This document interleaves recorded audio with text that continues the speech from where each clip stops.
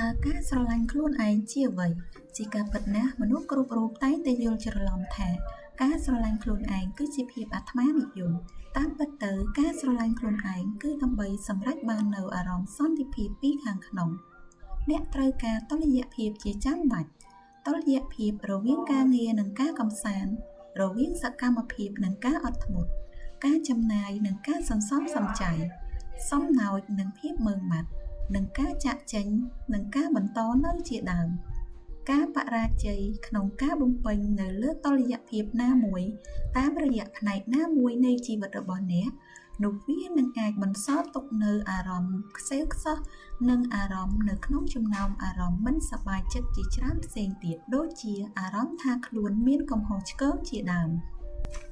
វាជារឿងសំខាន់ណាស់ក្នុងការដែលទទួលស្គាល់ថាវាមិនមែនជារឿងខុសឡើយក្នុងការដែលអ្នកប្រងើយកន្តើយចំពោះមនុស្សទាំងឡាយណា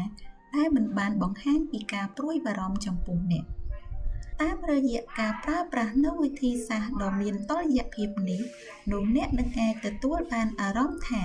វាមានភាពងាយស្រួលកាន់តែច្រើននិងអាចគេចផុតពីអារម្មណ៍មិនល្អទាំងពួងបានដូចជាអារម្មណ៍ដែលគិតថាខ្លួនមានកំហុសឆ្គងអ្នកត្រូវសម្ដែងបង្ហាញទាំងសកម្មភាពនិងភាពអត់ធ្មត់អ្នកអាចបង្ហាញថាអ្នកកំពុងយោគយល់និងកំពុងតែអត់ឱនហើយអ្នកក៏នៅតែអាចរក្សាជំហរបានយ៉ាងរឹងមាំការស្រឡាញ់ខ្លួនឯងជាតុល្យភាពរវាងការទទួលស្គាល់ខ្លួនឯងថាជានរណាស្របពេលដែលដឹងខ្លួនឯងថាស័ក្តិសមនឹងទទួលបាននូវអ្វីដែលល្អប្រសើរជាងមុនហើយបន្ទាប់មកត្រូវខិតខំប្រឹងប្រែងដើម្បីឈ្មោះទៅរកវាឲ្យបានជាការពិតណាស់ពាក្យថាស្រឡាញ់ខ្លួនឯងគឺតែងតែត្រូវបានគេយល់ខុសជារឿយៗ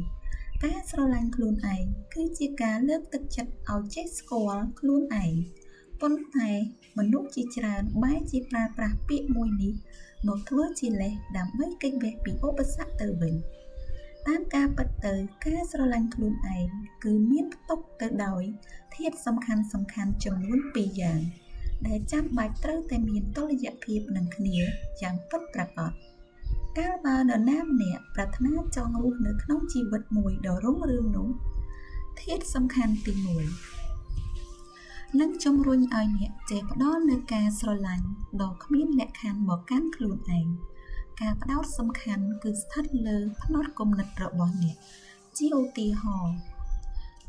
អ្វីដែលជាការពិតនោះគឺថាអ្នកមិនចាំបាច់ផ្ដល់ក្តីស្រឡាញ់ចំពោះខ្លួនឯងបានច្រើនឡើយ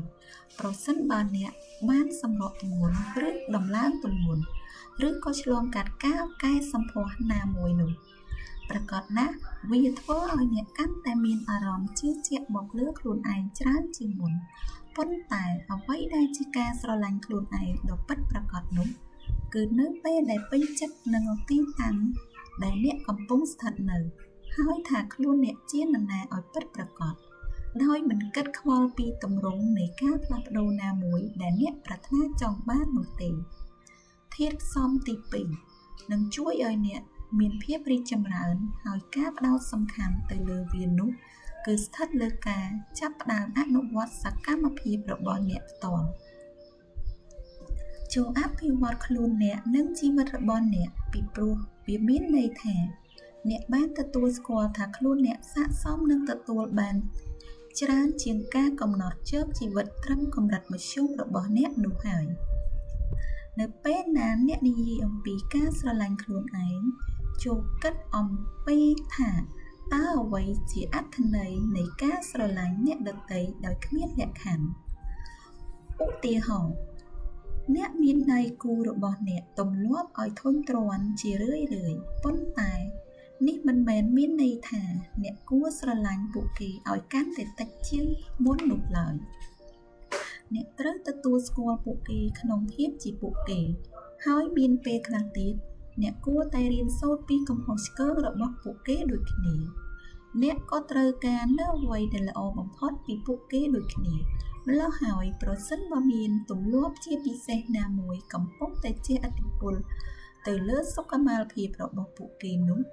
អ្នកគួរជួយជ្រោមជ្រែងពួកគេដើម្បីជំរុញឲ្យមានភាពផ្លាស់ប្ដូរជាវិជ្ជមានជំនួសវិញ ទង្វើនេះនឹងបញ្ជាក់អំពីសេចក្តីស្រឡាញ់ដ៏ឥតលក្ខខណ្ឌរបស់អ្នកចំពោះគេអ្នកមិនចង់វិនិច្ឆ័យពួកគេដោយគ្មានគិតក្រែងឡើយប៉ុន្តែអ្នកគួរឲ្យពួកគេបានក្លាយជាមនុស្សថ្មីម្នាក់ដែលល្អបំផុតនៃភាពជាខ្លួនឯងរបស់ពួកគេនិងដើម្បីជាគុណប្រយោជន៍សម្រាប់ខ្លួនពួកគេផ្ទាល់ផងដែរការស្រឡាញ់ខ្លួនឯងគឺជាការអនុវត្តប្រការមួយនេះមកលើខ្លួនឯងដើម្បីទទួលបាននូវអត្ថប្រយោជន៍ផ្ទាល់ខ្លួនដ៏អស្ចារ្យបំផុតពីក្នុងជម្រៅចិត្តរបស់អ្នកនេះឯងការស្រឡាញ់ខ្លួនឯងពិតប្រាកដអាចនឹងត្រូវបានបង្ហាញខ្លួនឡើងនៅក្នុងរឿងណាមួយ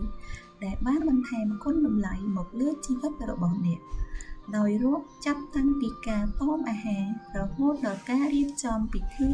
សម្រាប់ដួងវិញ្ញាណរបស់អ្នកឬក៏ជាដំណើរដែលអ្នកមានការប្រស័យទាក់ទងនៅក្នុងទំនាក់ទំនងផ្ទាល់ខ្លួនជាដើមហើយជាការពិតណាស់ផ្នែកនៃការស្រឡាញ់ខ្លួនឯងដ៏សំខាន់មួយគឺការទទួលយកពួកគេរួមមាន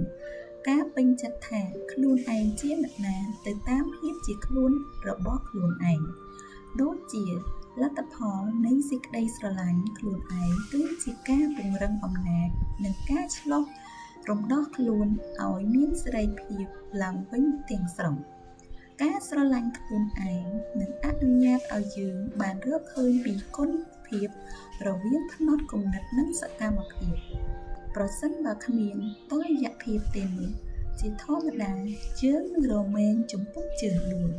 និងមានអារម្មណ៍ថាវង្វេងនិងចុះចាញ់ជាប្រចាំជាមិនខាននៅពេលដែលអ្នកចេះផ្ដល់សេចក្តីស្រឡាញ់ចំពោះខ្លួនឯងនោះជីវិតនឹងចាប់ផ្ដើមផ្ដល់សេចក្តីស្រឡាញ់មកអ្នកវិញដូចគ្នាតុល្យភាពរវាងផ្នត់គំនិតនិងសកម្មភាពនឹងជួយលើកកម្ពស់កម្រិតរំងាស់របស់អ្នកឲ្យកាន់តែខ្ពស់ឡើងជាបន្តបន្ទាប់